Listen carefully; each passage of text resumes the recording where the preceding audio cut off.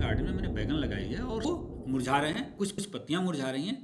तो वो तोड़ कर लाई और उसको हमने बीच से फाड़ा। तो देखिए ये दिखा ना आपको कैटरपिलर, ये इसका देखिए, ये इसका एकदम ब्राउन कलर का हेड और बड़ा वो स्पून, मैंने इस मेरे पास स्पून था, स्पून से मैंने उसको थोड़ी सी उसको छेड़ा, छेद दिखे, होल दिखे, अगर उसको आप काटे तो देखिए उसके अंदर से निकलता है ये कैटरपिलर हुआ, ये लार्वी हुआ। वही आपको मैंने कहा ना, ये कैलिक्स के अंदर से होल जाता है, ये हुआ फल का कैलिक्स। ये नमस्कार साथियों, मैं हूं डॉक्टर एस के सिंह, एग्री ज्ञान एस के यूट्यूब चैनल पर पुनः आपका स्वागत है। एक नए विषय के साथ। विषय का प्रारंभ हुआ, मैं अपने किसी साथी के घर मेरा जाना हुआ दिवाली के समय। तो उन्होंने मेरे को समस्या बताई कि मेरे किचन गार्डन में मैंने बैगन लगाई है और सडनली उसमें उन्होंने देखा कि उसकी कुछ टहनियाँ, जो ग्रोइंग हिस्सा है, वो मुरझा रहे हैं, कुछ पत्तियां मुरझा रही हैं। तो उनकी बात से तो मुझे समझ में आ गया कि उनके फसल में सूट एंड फ्रूट बोरर बैगन का लगा हुआ है। फिलहाल उनसे मैंने जब ये कहा तो उन्होंने कहा कि नहीं, उसमें कोई कीड़ा नहीं दिख रहा। इस नाते वो बात को विश्वास नहीं कर रहे। तो फिर मैंने कहा चलिए उसको एक बार देखते हैं उसके भीतर।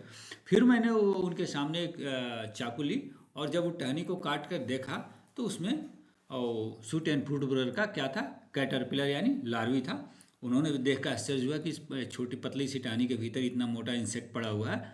और उसी वीडियो को आपके साथ में शेयर करता हूं। और आज बात करते हैं हम लोग सूट एंड फ्रूट बोरर बैगन का। ये बैगन का सबसे कह सकते हैं सीरियस इंसेक्ट है। सीरियस इंसेक्ट, सबसे मोस्ट सीरियस इंसेक्ट बैगन का। और अगर इसका इन्फेस्टेशन बहुत ज़्यादा हो जाए या सीवियर इन्फेस्टेशन कहें तो हो जाए, तो लगभग 60 से 70% फसल को बर्बाद कर सकता है। यानी कह सकते हैं लगभग एक तिहाई ही फसल रह जाएगी, दो तिहाई फसल को बर्बाद करने की क्षमता है। इसका जो संक्रमण होता है मेनली गर्मियों के दिनों में, जून से लेकर सितंबर के महीने में देखा गया कि इसका संक्रमण सबसे ज़्यादा होता है। इसका एडल्ट जो है यह कोई नुकसान नहीं करता। एडल्ट छोटा मौत है, स्मॉल साइज का मौत है। सफ़ेद कलर का होता है। इस पर ब्राउन स्पॉट्स होते हैं। इसके जो फोर विंग्स यानी अगले विंग के अगले हिस्से में देखें तो इसमें ब्राउन कलर के स्पॉट्स इस तरह के होते हैं। और जो विंग स्पान है इसका, यानी पूरे विंग को देखें यहाँ से यहाँ तक का, लगभग 2 सेंटीमीटर का इसका विंग स्पान है। तो इस छोटा इंसेक्ट है, लेकिन ये इसका एडल्ट है। और एडल्ट जो है सीधे तौर पर किसी फसल को नुकसान नहीं करता है। नुकसान कौन करता है? अंडा ना, अंडा नहीं करता है। ये करता है इसका अंडे का नेक्स्ट भाग, जो जो अंडे से जो निकलेगा, क्या निकलेगा? कैटरपिलर, कैटरपिलर या लार्वी। तो इसे ये देता है अंडा। और अंडा जो होता है इसका, वो अंडा होता है इसका, अंडा क्रीमी व्हाइट कलर का होता है, जो बाद में रेडिश कलर में कन्वर्ट हो जाता है। और सामान्य तौर पर जो ये इंसेक्ट है, सिंगली मतलब एक एक अंडा देता है और पत्तियों के निचले हिस्से पर या फ्लावर बोर्ड पर देता है। कभी कभी ये जो यंग फ्रूट्स हैं, जो नए फल बने हुए हैं, उस पर भी अंडा देता है। और उस अंडे से क्या निकलता है? उस अंडे से निकलता है आपका लार्वी या कैटरपिलर। ये लार्वी और कैटरपिलर, देखिए ये निकला अंडे से लार्वी और कैटरपिलर। जो कैटरपिलर है या लार्वी है, वो क्रीमी व्हाइट कलर का होता है, लेकिन प्योर क्रीमी व्हाइट नहीं होता, उस पर पिंकिश टिंज है, यानी कह सकते हैं ना थोड़ी गुलाबी सा कलर लिए हुए। ये सफ़ेद कलर का जो है लार्वी है। फुली ग्रोन लार्वी अगर देखा जाए तो 2 सेंटीमीटर छोटा, 15 से 18 mm लंबा होता है। तो इस तरह से ये देखिए टहनी के भीतर है, हमने फोटो में देखा होगा, टहनी के भीतर है। और इसका जो जो क्या कह सकते हैं ना, हेड है, देखिए ये है हेड इसका, ये ब्राउन कलर का हेड है इसका, मूड़ी जिसको आप कहते हो। इसका मूड़ी हो गया ब्राउन कलर का और ये पूरा बॉडी हो गया जो पिंकिश वाइट है। अब आता है ये बात की जो है, ये जो इसका डैमेजिंग इंसेक्ट क्या हुआ, कैटरपिलर या लार्वी। ये जो लार्वी या कैटरपिलर है क्या करता है? छेद करता है किसमें? पेटियोल में, यानी जो पत्तियों की डंडी होती है।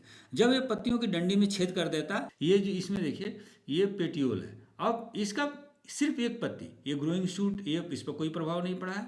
अन्य पत्तियां बिल्कुल हेल्दी है, एक पत्ती मुरझा गई है। तो यहाँ पर यह है, अगर आप इस पत्ती को यहाँ से काटेंगे ना, तो पेटियोल के पास इस पर इसका संक्रमण, यहाँ पर ये छेद करके इसका कैटरपिलर घुसा हुआ है, तो एक पत्ती मुरझा गई और एक पत्ती सूख जाएगी।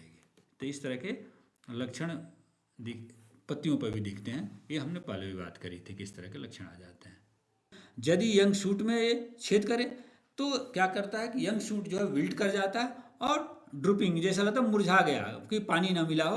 लेकिन आपको आश्चर्य लगेगा कि पूरा पौधा तो हरा भरा है और एक ही टहनी का एक ही हिस्सा क्यों मुरझा रहा है। देखिए ये आप देखिए ना, तो आप ये बैगन का जो सूट एंड फ्रूट बोरर का ग्रोइंग सूट के ऊपर संक्रमण है। और देखिए ग्रोइंग शूट सडनली पूरा पौधा हरा भरा है और ये हिस्सा मुरझा गया है और इस तरह से मुरझाकर लुढ़क गया है। तो जो हमने बात करी थी ना कि इसका लक्षण है कि सडनली ग्रोइंग शूट मुरझा जाता है, तो इस तरह का लक्षण दिख। तो देखिए वही ये टहनी को हमने जब तोड़ कर लाई और उसको हमने बीच से फाड़ा, तो देखिए ये दिखा ना आपको कैटरपिलर, ये इसके भीतर कैटरपिलर बैठा हुआ है।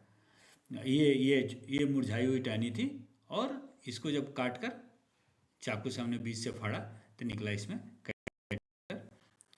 देखिए अरे कैटरपिलर देखिए हम जिंदा है, हिल रहा है बीच बीच में, देखिए।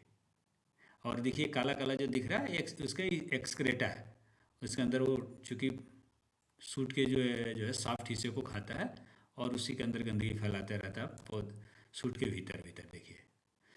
तो इस तरह से ये इसका देखिए ये बिल्कुल इसका क्लियर कट आपको इसको पहचान सकते हैं कि व्हाइट इस पिंकिश कलर लिए हुए है। और इसे देखिए इसका हेड देखिए ब्राउनिश हेड है, देखिए ये इसका एकदम ब्राउन कलर का हेड और बड़ा स्पून, मैंने मेरे पास स्पून था, स्पून से मैंने उसको थोड़ी सी उसको छेड़ा तो देखिए रिएक्ट करते हुए, बिल्कुल रिएक्ट करते हुए दिख रहा है। देखिए इसका माउथ पार्ट है वो, तो ये इस तरह से देखिए। और देखिए इस टहनी में तो दूसरे टहनी को जब मैंने फाड़ा तो देखिए इसके अंदर कितना एक्सक्रेटा भरा हुआ है, देखिए पूरा इसने खाकर इसको भर दिया है। जो सॉफ्ट टहनी का जो अंदर का हिस्सा है पूरा इसका जो है। तो कई बार किसान भी कंफ्यूज होता है कि भाई पानी तो ठीक है, पूरा पौधा भी ठीक है, तो ये लक्षण क्यों आ रहा है, और डेड हर्ट बना लेता है। तो इस तरह से जो है इसका जो है तो ये पत्तियां मुरझा जाती है। यंग शूट में अगर छेद किया तो सडनली यंग शूट मुरझा जाता है। फ्लावर बर्ड में छेद किया तो फ्लावर बर्ड ड्रॉप कर जाता है। फ्रूट में अगर छेद करके फ्रूट के अंदर गया, कैलिक्स से फ्रूट के भीतर जो जाता है वो कैलिक्स के थ्रू जाता है, कैलिक्स के नीचे से जाता है। कैलिक्स क्या है, आपने अगर बैगन का फल देखा होगा तो बैगन का फल जिस डंडी से लगा रहता है और बैगन का जो जुड़ा हुआ हिस्सा है तो देखेंगे पत्ती जैसा स्ट्रक्चर होता है, उसको कैलिक्स कहते हैं। तो उसी के अंदर से फल के अंदर प्रवेश करता है। तो मैंने कहा जब पत्ती पर पेटियोल में ये जब छेद करे तो पूरी पत्ती मुरझाकर सूख जाती है। अगर इसका जो संक्रमण ये फल के ऊपर छेद करे तो फल पर होल दिखता है और देखिएगा ये होल, देखिए ऐसे होल दिखता है। और ये होल ना देखिए यहाँ पर एक्सक्रेटा इसका दिख रहा है, नहीं इसकी आप क्या कह सकते हैं ना, इसका जो है जो खाया पिया और बाहर निकाला वो हिस्सा है एक्सक्रेटा। तो ये जो है उससे बंद होल, पूरा होल बंद रहता है। और अगर उस ऐसे जहाँ पे जिस फल में ऐसे छेद दिखे, होल दिखे, अगर उसको आप काटे तो देखिए उसके अंदर से निकलता है ये कैटरपिलर हुआ, ये लार्वी हुआ, वही आपको पिंकिश वाइट कलर का। और इस सारे एक्सक्रेटा उसके अंदर फल के अंदर खाता है और उसी के अंदर गंदगी करते रहता है। तो पूरा फल इसका, तो फल किसी काम का नहीं रह जाता, मार्केटिंग करने योग्य नहीं रह जाता, खाने योग्य नहीं रह जाता है। ये आप देखिए ये है आपका जो मैंने कहा ना, ये कैलिक्स के अंदर से होल जाता है, ये हुआ फल का कैलिक्स, ये फल का कैलिक्स, ये हुई फल का डंडी जैसा अटैच होता है। अब बात आती है कि समस्या तो हमने बात कर ली, तो इसका मैनेजमेंट कैसे करें। तो अब मैनेजमेंट करने के लिए देखिए सबसे पहली बात तो जब भी ऐसे लक्षण दिखे, चाहे वो पत्ती में दिखे, ग्रोइंग शूट में दिखे, फल में दिखे, तो ऐसे इसे को काटिए और किसी गड्ढे बनाइए और गड्ढे के अंदर इसको दबा दीजिए ताकि इसमें जो लार्वी से पुनः एडल्ट बनने की कोकुन ना बने, एडल्ट ना बने, तो पॉपुलेशन कम होगा। पॉपुलेशन कम होगा तो आपकी समस्या कम होगी। ऐसे क्षेत्रों में जहाँ बहुत बैगन में इस कीड़े की समस्या ज़्यादा हो तो कहा जाता है कि कंटिन्यूएशन में इस क्रॉप को, केवल बैगन की फसल को उगाना बंद करिए, क्रॉप रोटेशन बदलिए। ऐसे क्षेत्र जहाँ पर इसके संक्रमण एंडेमिक कंडीशन में हो, महामारी के रूप में हो, तो एंडेमिक कंडीशन में हो उस क्षेत्र में आप कह सकते हैं ना कि ऐसे लॉन्ग एंड नैरो जो फ्रूट है उसको प्रमोट करिए। जो लॉन्ग और नैरो फ्रूट वाली जो बैगन है उसमें संक्रमण थोड़ा कम इसका होता है, तो आपको बैगन में इसका भी मतलब इसका खेत लॉन्ग नैरो वैरायटी लगाकर भी आप इसकी समस्या से निजात पा सकते हो। जो फनेल से फेरोमोन ट्रैप है, अब मैंने वीडियो में आपको देखिए यह वीडियो में दिखेगा, हमने बात करी कि जो मेल एडल्ट को फेरोमोन ट्रैप से भी इसको कंट्रोल किया जा सकता है। और फेरोमोन ट्रैप को हमने बाज़ार से देखिए एक फेरोमोन ट्रैप हमने मंगाया था, इसके 3 कंपोनेंट अलग अलग आए थे। एक कंपोनेंट नीचे उसके बेस में हमने लगाया और तीसरा ये हो गया जिसमें हम ल्यूर फंसाते हैं। देखिए तीनों एक तीसरे में फंस गए और जो बेस वाला कंपोनेंट था उसी के साथ किसी सपोर्ट डंडी में फंसाते हैं। और सबसे ऊपर वाला जो सबसे लास्ट में लगाया इसमें से देखिए ये निकला रैपर से ल्यूर मतलब जो आकर्षक है, जो हार्मोन है वो अब इसको तीसरे हिस्से में फंसा दिया और खेत में ले जाकर, देखिए डंडी के ऊपर हमने पूरे ट्रैप को लगा दी। इसके फनल में हमने पानी भरते, पानी क्यों भरते हैं? ताकि इसमें जो मेल आकर्षित हो इसी पानी में गिरे और पानी में गिर कर वो कंट्रोल हो जाए। और इस तरह से हम कंट्रोल करते हैं इस सूट एंड फ्रूट बेरर को फेरोमोन के तरीके से। जो फनेल शेप हो यानी कूपी के आकार का जो फेरोमोन ट्रैप होता है, लगभग 4 से 5 एक एकड़ में यानी 1 हेक्टेयर में 12 के आसपास लगाइए। ये क्या करता है? मास ट्रैपिंग कर देता है मेल जो होता है, मेल एडल्ट का यानी मॉथ का। तो जब मेल एडल्ट का मास ट्रैपिंग हो जाएगा तो क्या होगी, फीमेल को फर्टिलाइज करने नहीं हो पाएगी, फीमेल फर्टिलाइज नहीं होगी तो आगे का जनरेशन इसका रुक जाएगा और इस तरह से आपका पॉपुलेशन कम हो जाएगा। लार्वल पारिस्टोइड्स जैसे प्रिस्टोमेरस है, इस तरह से इसका भी आप एक्टिविटी बढ़ा सकते हैं। लार्वल पारिस्टोइड से हुआ कि ये भी एक तरह से इंसेक्ट है। तो इसका एक इंसेक्ट क्या करता है कि होस्ट इंसेक्ट, यहाँ होस्ट इंसेक्ट की बात करें तो suit and fruit borer of brinjal है, तो होस्ट इंसेक्ट के लार्वी पे अंडा देता है और इससे इसका लार्वी निकलता है। फिर ये जो लार्वल पैरासिटोइड का लार्वी है होस्ट के लार्वी के ऊपर फीड करता है, धीरे धीरे उसको खाता है, अंत में उसे मार देता है।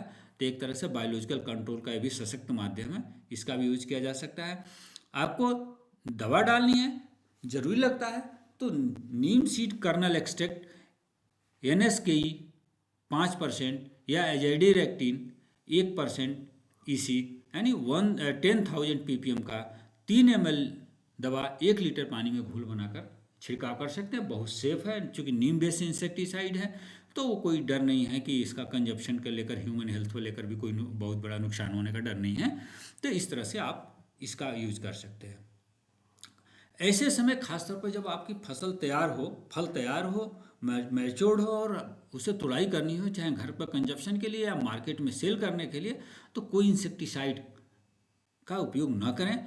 अगर ऐसी स्थिति नहीं है और आप नीम बेस कर्नल जो इंसेक्टिसाइड का उपयोग नहीं कर पा रहे हैं या करना नहीं चाहते, तो अगर हार्वेस्टिंग स्टेज नहीं है तो आप थायोमेथाक्साम ब्रॉड स्पेक्ट्रम इंसेक्टिसाइड है 0.25 ग्राम या प्रोफेनोफास 1 ml 1 लीटर पानी में घोल बनाकर आप छिड़काव कर सकते हैं। इस तरह से आप चाहे तो इसका 2 छिड़काव कर लेंगे, संक्रमण ज़्यादा है तो 15 दिन के अंतराल पर 2 छिड़काव करें। छिड़काव जब भी करें उसके साथ स्टिकर डालें। स्टिकर डालने से किसी भी जो केमिकल है उसकी इफिशियंसी बढ़ जाती है, तो आप उसमें 1 ml स्टिकर बाज़ार में जब भी ये दवा जहाँ से भी लेने जाएंगे, ये दवा लेने जब भी जाएंगे तो वहाँ पर दुकान पर वो स्टिकर मांगेंगे तो उपलब्ध होगा। इस तरह से आप इस इंसेक्ट को, छुपे हुए इंसेक्ट को आप अच्छी तरीके से मैनेज कर सकते हैं। तो दोस्तों आज आशा है पसंद आए तो लाइक करिए, सब्सक्राइब।